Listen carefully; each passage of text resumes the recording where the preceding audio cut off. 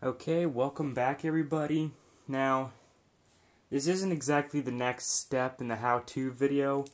This is the part where I'm going to teach you how to make your spinner belt, okay?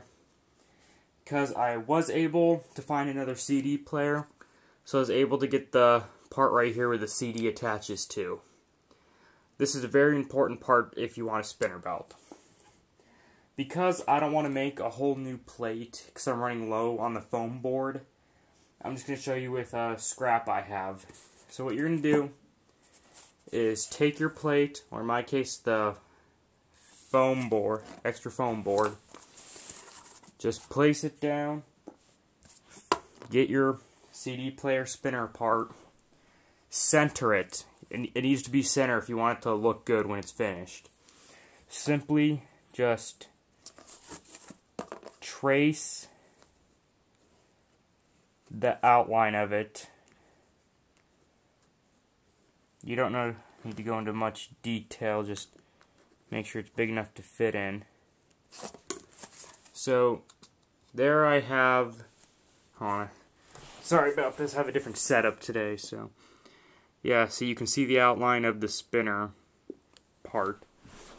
What you're going to need to do is cut this out with your X-Acto knife.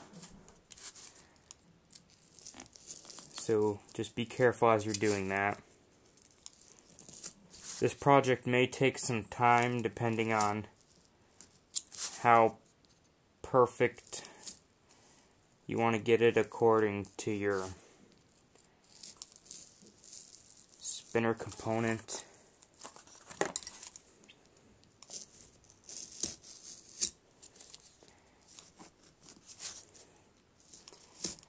The one thing I hate about this foam board is it can fight you when you're trying to cut it. Oh yeah, and I would like to thank all of you. We got my first video up to 1,000 views. It's the video where I talk about the first belt I made with a really crappy sound and camera. I don't know why that one has over 1,000. But part 1 of how to make the WWE spinner belt is close to it. It has over 900 views. So I would like to thank all of you for watching my videos and subscribing. Hopefully I'll have the next how-to video up soon. It's just the problem was I ran out of the rhinestones for the design I wanted to do. So I gotta take a trip to a craft store that sells the ones with the sticky backing so I can get some. Okay, so you have your outline cut out now. You just want to do a dry fit, make sure, fits in there and everything, and it does. Now what you're going to have to do, because this sticks up a lot, is you're going to have to take a second piece of foam board, the same size as your plate, like exactly the same. So you have 2 layers of your first plate, and you're going to have to cut this shape out again. So then you'd have a double layer of foam board. There'd be a hole right here on your second piece. Then what you're going to have to do is, it might be sinking in too much when you lay it flat against your belt.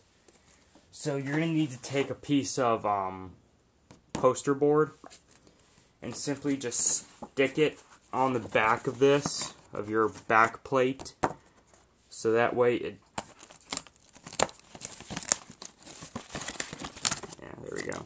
So it doesn't sink in as much, and then you'd put your main plate up here with the cutout. So that way it'll be even to your face. See, like right, let me show you. You guys remember this belt, my first one I made? When I fold down the sides here, Crap. You can see 2 layers of the foam board. I got one here, and one underneath there.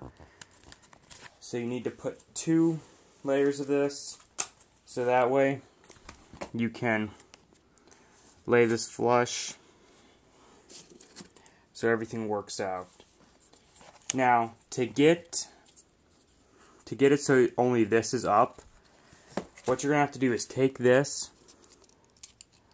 You might need a screwdriver or something. Hold on. Sorry about this.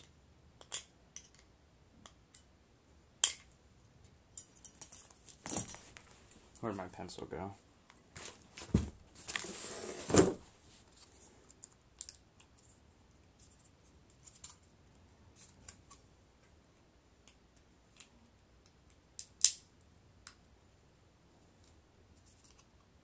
Crap, broke my pencil. Well, anyways, you need to pry off this part right here, because if you don't, it's not gonna work properly. These usually come off pretty easy. I don't know why this one's giving me such a hard time.